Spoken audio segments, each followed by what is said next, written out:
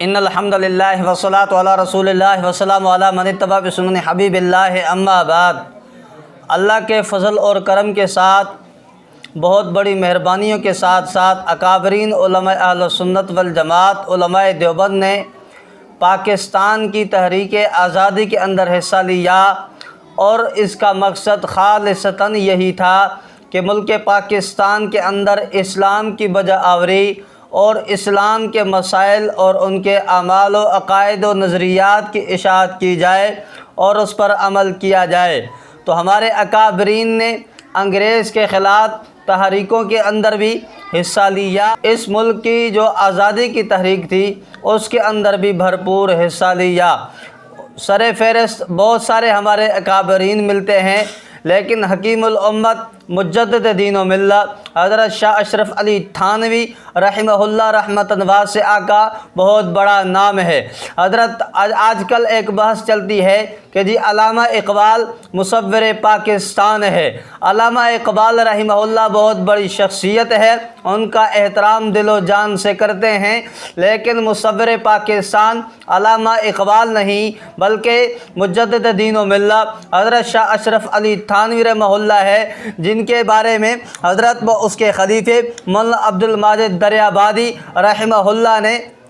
اس کی کتاب کے اندر حضرت تھانوی رحمہ اللہ نے اپنا ایک زبردست موقف کو بیان فرمایا کہ مسلمانوں کے لیے علیحدہ ملک ہونا چاہیے، جس کے اندر خدا کی عبادت کریں، جس کے اندر اسلام پہ عمل کریں، حدود و تعزیرات پہ عمل کیا جائے، اسلام کے تمام قوانین پر عمل کیا جائے۔ حضرت تھانوی رحمہ اللہ کا یہ خواب تھا، جو کہ آگے چل کے حضرت علامہ اقبال رحمہ اللہ نے ایک جلسے کے اندر 29 دسمبر 1930 کے اندر علامہ اقبال رحمہ اللہ نے جلسے کے اندر اس خواب کو بیان فرمایا۔ تو یہاں سے پتہ چلا کہ اس پاکستان کے تعمیر کے حوالے سے سب سے پہلے جو موقف تھا حضرت تھانوی رحمہ اللہ کا تھا۔ اچھا،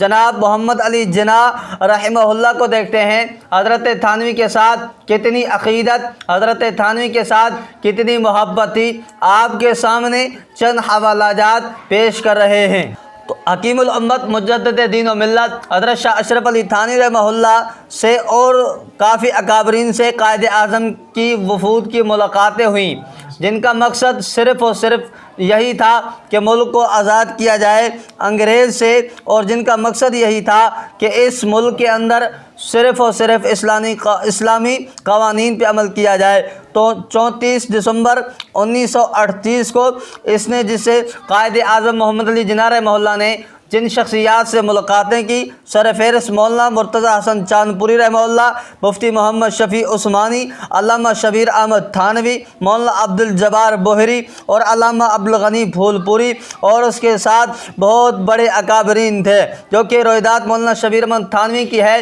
اس کے اندر لکھا ہوا موجود ہے۔ تو خلاصہ کلام یہ ہے کہ قائد اعظم محمد علی جناح کی اس تحریک آزادی پاکستان کے اندر اکابرین علماء دیوبند کا خون شامل ہے، ان کی محنت شامل ہے۔ اسی وجہ سے قائد اعظم محمد علی جناح رحمہ اللہ نے فرمایا تھا کہ جب میں انتقال کر جاؤں، میرا جنازہ کوئی بریلوی نہیں پڑھائے، میرا جنازہ کوئی بدعتی نہ پڑھائے، میرا جنازہ علامہ شبیر احمد عثمانی پڑھائے، جو کہ ان کے ساتھ محبت تھی، ان کے ساتھ تعلق تھا، ان کے احسانات تھے، تبھی تو علامہ شبیر احمد رحمہ اللہ کی وصیت کرتے ہوئے نظر آتے ہیں۔ اور دوسری بات، آزادی پاکستان کے بعد ڈھاکہ کے اندر دیکھتے ہیں پاکستان کا پرچم لہرانے والے ہمارے اکابر علماء اہل سنت والجماعت علماء دیوبند میں سے علامہ ظفرمند عثمانی آپ کو نظر آئے گا ڈھاکہ کے اندر، اور کراچی جو کہ مغربی پاکستان ہے اس کے اندر حضرت علامہ شبیر احمد عثمانی رحمہ اللہ آپ کو نظر آئے گا۔ اچھا، یعنی دونوں نے پاکستان کے پرچم کو سب سے پہلے لہرایا۔ تو یہاں سے واضح پتہ چلا کہ پاکستان کی آزادی کے اندر اکابرین علماء اہل سنت علماء دیوبند کی قربانیاں شامل حال ہیں۔ اچھا، اور اس سے اگلی بات جو کہ آپ کی خدمت میں کرنا چاہتا ہوں، سامعین و ناظرین کی خدمت میں کرنا چاہتا ہوں، وہ یہ ہے کہ اب پاکستان اللہ کے فضل و کرم سے آزاد ہو گیا۔ اب ہمیں چاہیے اللہ کا شکر ادا کریں۔ آزادی کا مقصد یہ نہیں ہے کہ ڈانس کریں، آزادی کا مقصد یہ نہیں ہے کہ ہم اللہ کے احکام کی نافرمانی کریں، آزادی کا مقصد یہ نہیں ہے کہ اپنے اکابرین کی تعلیمات کو بھول جائیں، آزادی کا مقصد یہ نہیں ہے کہ اپنے اکابرین کی دی ہوئی تعلیم کو پس پش ڈال کے اس کو اپنے پاؤں سے اس کے اوپر چلنا شروع کریں۔ نہ بابا، آزادی پاکستان کا مقصد یہ ہے کہ ان کے احکامات پر، انہوں نے جو ہمیں سبق سکھائے ان پہ عمل کیا جائے، اللہ کے احکام پہ عمل کیا جائے، اور ساتھ ساتھ ان کے حق میں جتنا ہو سکے دعاؤں کا اہتمام کیا جائے، اور ملک پاکستان کی بقا کے لیے دعائیں کی جائے، اہتمام کیا جائے۔ ملک پاکستان کے جو محافظ ہیں ان کے حق میں دعائیں کیجئیں، اللہ تعالیٰ مزید ان کو سلامت با کرامت رکھے۔ وآخر دعوانا ان الحمدللہ رب العالمین۔